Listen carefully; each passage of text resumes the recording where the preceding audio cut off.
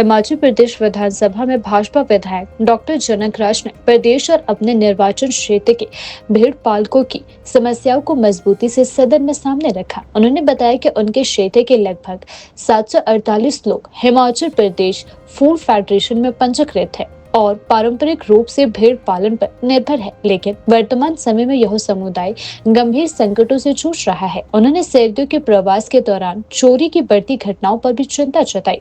बीते एक सप्ताह में लंच, ढक्की की धार, नूरपुर और लपियाना और रानीताल क्षेत्रों में भेड़ बकरियों की कई चोरी की घटनाएं सामने आई हैं, जिनकी जानकारी पुलिस और प्रशासन को देने के बावजूद कोई ठोस कार्यवाही नहीं हुई है। डॉक्टर जनक राज ने कहा कि एक बार में 15 से 20 पशु चोरी हो जाने से भेड़ पालक पूरे वर्ष की कमाई खो देते हैं, जो उनके आजीविका पर सीधा प्रहार है। डॉक्टर जनक राज ने यह भी बताया कि राजस्थान व अन्य राज्यों से बड़े पैमाने पर पशुओं की बिक्री होने से स्थानीय भेड़ पालकों की भेड़ बकरियों की मांग घटी है, जिससे यह परंपरागत व्यवसाय खतरे में पड़ गया है। उन्होंने सरकार से आग्रह किया है कि जनजातीय समुदाय से जुड़े भेड़ पालकों के इस पारंपरिक व्यवसाय को विशेष संरक्षण दिया जाए। मेरे चुनाव क्षेत्र के लगभग 748 लोग जो हिमाचल प्रदेश वूल फेडरेशन में पंजीकृत हैं, परंपरागत तरीके से हमारे समुदाय का व्यवसाय जो है भेड़ पालन उससे जुड़े हैं।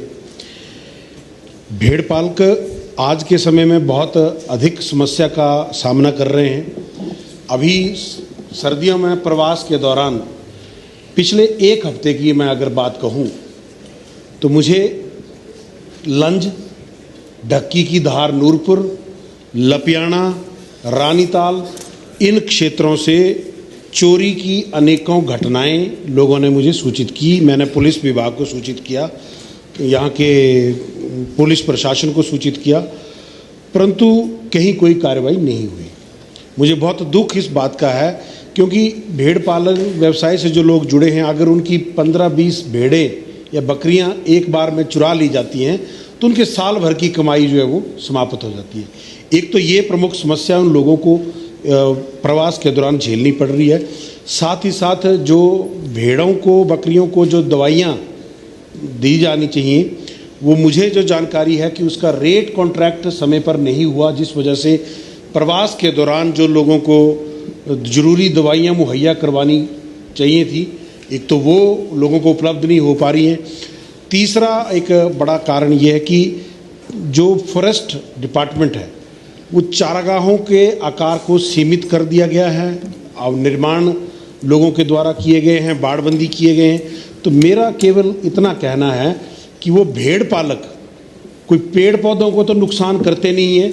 अब जानवर, जंगली जानवर या हैं चाहे पालतू जानवर हैं, खाएंगे तो घास ही, पेड़ को थोड़ी खा जाएंगे पूरा। तो ये तो हमें थोड़ा सा अपने नियमों में भी रिलैक्सेशन देनी पड़ेगी, क्योंकि प्रकृति ने भोजन की व्यवस्था उनके लिए पेड़ पौधों के रूप में की है। तो हम जो वहाँ पर बाड़बंदी करके आए दिन फॉरेस्ट वाले उनके चालान काट रहे हैं, कभी उनको मतलब तंग कर रहे हैं, कोई मिली भगत से कि भाई इतना दे दे मैं तेरे को अलाउ कर देता हूँ। इस तरीके की अनेकों समस्याएं आ रही हैं। तो आपके माध्यम से मैं सरकार से ये आग्रह करता हूँ कि जो भेड़ पालकों को जो ये समस्याएं आ रही हैं, इस पर सरकार विचार करे। एक और समस्या कि राजस्थान से और अन्य प्रदेशों से जो पशु है यहाँ पर बेचने के लिए लाए जा रहे हैं, और जो स्थानीय पशु हैं, स्थानीय भेड़ पालकों की भेड़ें हैं, बकरियां हैं, उनके लिए बाज़ार में फिर खरीदारी कम हो रही है, जिससे ये व्यवसाय अब खतरे की जद में है।